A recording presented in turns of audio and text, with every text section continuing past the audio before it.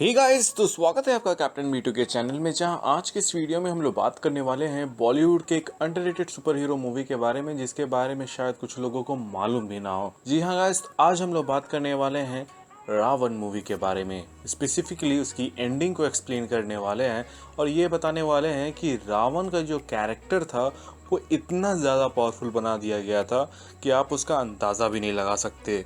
तो अगर आप लोगों ने उस मूवी को देख लिया है तो वेल एंड गुड, और अगर नहीं देखा है तो उसे जाकर जरूर देखें, क्योंकि वो बहुत ही अच्छी मूवी है। भले ही उसके अंदर कुछ फ्लॉज हैं, लेकिन आप समझ ही सकते हैं बॉलीवुड की तरफ से कुछ ओरिजिनल आना और उसमें कुछ फ्लॉ ना होना, ये थोड़ा सा मुश्किल है। ओवरऑल देखा जाए तो जिस लेवल का कंसेप्ट इस मूवी में दिखाया गया था वो बहुत ही ज़्यादा एडवांस है और शायद ही किसी मूवी में अभी तक उसे दिखाया गया हो, जिसके वजह से उसकी जो खामियां हैं उन्हें आप इग्नोर करके इस मूवी को अच्छे से एंजॉय कर सकते हैं। तो चलिए गाइस, अब मेन वीडियो पे आते हैं। तो अब तक जिन लोगों ने देखा है रावण मूवी वो आगे देखें, अब जिन्होंने नहीं देखा है उसे जाकर देखें। तो गाइस, जब रावण की मूवी एंड होती है तब आप लोगों के मन में ये सवाल तो ज़रूर आया होगा कि जीवन वापस कैसे आ गया, और अगर जीवन वापस आ सकता है तो रावण भी उसी तरह वापस आ सकता है। इस चीज को आप इस तरह समझिए कि किसी प्रोजेक्टर से जब हम प्रोजेक्ट करते हैं किसी वॉल पे या किसी सॉलिड ऑब्जेक्ट में, तो आपको वहाँ पे इमेज देखने को मिलता है। इसी का एडवांस वर्जन आप लोगों ने एवेंजर्स एज ऑफ अल्ट्रॉन में देखा था, जहाँ पे जार्विस के उस एआई फॉर्म को टोनी ने प्रोजेक्ट किया था और वहाँ पे खड़ा रहता है ब्रूस बैनर, जिसके वजह से वो इमेज डिसरप्ट होती है। और ऐसा इसलिए हो रहा था क्योंकि वो बस एक 3D प्रोजेक्शन थी, लेकिन बॉलीवुड वाले इससे भी आगे की टेक्नोलॉजी का यूज़ कर रहे थे रावण मूवी के अंदर, और उसमें उन्होंने ये दिखाया कि रावण मूवी के अंदर एक ऐसी टेक्नोलॉजी है जिसकी मदद से आसपास के EM वेव्स को यूज़ करके जो 3D प्रोजेक्शन होता है उन्हें वो लोग एक सॉलिडिफाइड फॉर्म दे देते हैं।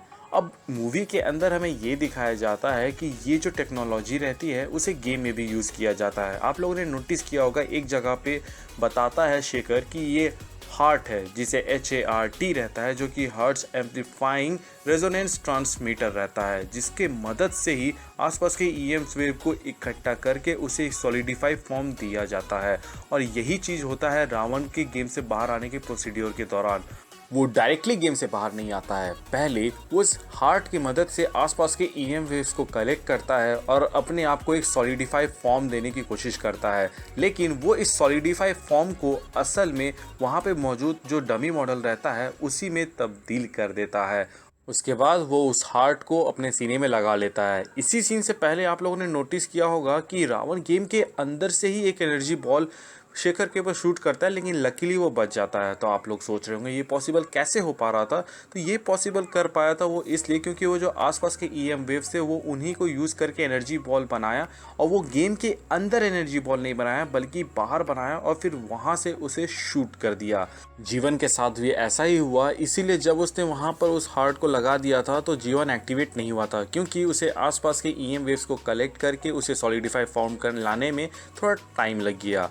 और प्रतीक मूवी के एंड में यही करता है, वो उस हार्ट की मदद से जीवन को फिर से वापस लाता है और उस हार्ट के वजह से आसपास के जितने भी EM वेव्स थे उन सब को वो यूज़ करके एक सॉलिडिफाइड फॉर्म जीवन को दे देता है, जिसे हम लोग मूवी के एंड में देखते हैं। और इसी तरह जीवन एग्जिस्टेंस में वापस आ जाता है। अब क्योंकि प्रतीक ने सिर्फ जीवन के हार्ट के ऊपर काम किया था, इसीलिए सिर्फ जीवन ही आता है और रावण का हार्ट तो डिस्ट्रॉय हो चुका था। अब बात करते हैं कि बाकी सारे गेम्स जो कि वर्ल्ड वाइड वहाँ पे रिलीज़ किए गए थे उससे रावण बाहर आ सकता है कि नहीं। तो गाइस, ये जो हार्ट वाला टेक्नोलॉजी था ये सिर्फ बैरन इंडस्ट्रीज के पास था और उन्होंने सिर्फ अपने ही गेमिंग कंसोल में इसे यूज़ किया था, ये बाकी सब जगह में नहीं था, जिसके वजह से बाकी सब जगह में रावण गेम से बाहर नहीं आ सकता है। अब रावण इतना कांड सिर्फ इसलिए कर पाया था क्योंकि उसके पास उसका खुद का AI था। अगर आप लोगों ने ध्यान दिया होगा तो आपको मालूम होगा कि उस मूवी में रावण के पास ऑलमोस्ट सारे मार्शल आर्ट्स के नॉलेज थे, प्लस सारे लैंग्वेजेस वो जानता था। इसके अलावा वो किसी का भी रूप ले सकता था, किसी को माइंड को बदल सकता था, काइंड ऑफ माइंड कंट्रोल आप कह सकते हैं। और सबसे बड़ा प्लस पॉइंट जो कि रावण का था वो ये था कि रावण को सिर्फ उसी बुलेट से मारा जा सकता है जिसे जीवन बना सकता है, वो भी अपने एंटी हार्ट गन से। इसके अलावा उसके अंदर सेल्फ लर्निंग फीचर था, इसीलिए वो एक ही फाइटिंग मूव से बार बार नहीं हार सकता था। इनफैक्ट आप उसके ऊपर जो मूव अपनाते वो उसे सीख के उसका काउंटर तक तैयार करता है। और तो और उसे डिस्ट्रॉय भी नहीं किया जा सकता, क्योंकि हमारे आसपास तो EM वेव्स है ही और वो उसी की मदद से फिर से अपने आप को बना सकता है। तो एक तरह से उन्होंने एक अनडिफिटेबल कैरेक्टर बना लिया था जिसे सिर्फ जीवन ही डिफीट कर सकता है, क्योंकि उसी के पास वो एंटी हार्ट गन है। अब सपोज कीजिए कि अपना बॉलीवुड का ये खलनायक अगर किसी दूसरे फिक्शनल वर्ल्ड के कैरेक्टर से आप इसे भिड़ाते हैं तो वो इसे कैसे हराएगा, क्योंकि वो चाहे इसे मार मार के इसकी धज्जियां ही क्यों ना उड़ा दे, ये फिर से टुकड़ों टुकड़ों से फिर से वापस जुड़ के वैसे ही खड़ा हो जाएगा और उसकी वाट लगा देगा, क्योंकि पहले जिस तरह ये हारा था दोबारा वो उस तरह हार नहीं सकता है। और एक चीज़ जो ध्यान देने लायक थी कि जब रावण बन रहा था उसी में एक जगह पे शेखर कहता है कि मुझे इसकी स्माइल पसंद आई, जिस पे जेनी और बाकी लोग कहते हैं कि मैंने ये स्माइल ऐड नहीं किया। तो वो लोग कंफ्यूज हो जाते हैं कि वो ऐसा कर कैसे पाता है, तो जिसका जवाब था AI, आर्टिफिशियल इंटेलिजेंस। तो ये चीज़ सोचने वाली बात है कि जब किसी ने भी उसके प्रोग्राम में स्माइल ऐड ही नहीं किया, उसके लिए कोई कोड ही नहीं डाला, तो रावण स्माइल कैसे कर रहा था। तो अगर इसे हम एक्सट्रीम लेवल पे सोचें तो रावण अपने ही कोड को रीराइट कर रहा था, और अगर वो ऐसा कर पा रहा था तो आप इस बात को समझिए कि वो कितना पावरफुल कैरेक्टर बन गया था। अपने ही प्रोग्राम को रीराइट करने वाली कैपेबिलिटी तो मुझे किसी भी कैरेक्टर की याद नहीं आ रही है एक्सेप्ट नियो, जिसे आप लोगों ने मैट्रिक्स में देखा होगा। और आप लोगों को तो मालूम ही होगा कि मैट्रिक्स के अंदर नियो कितना पावरफुल कैरेक्टर था।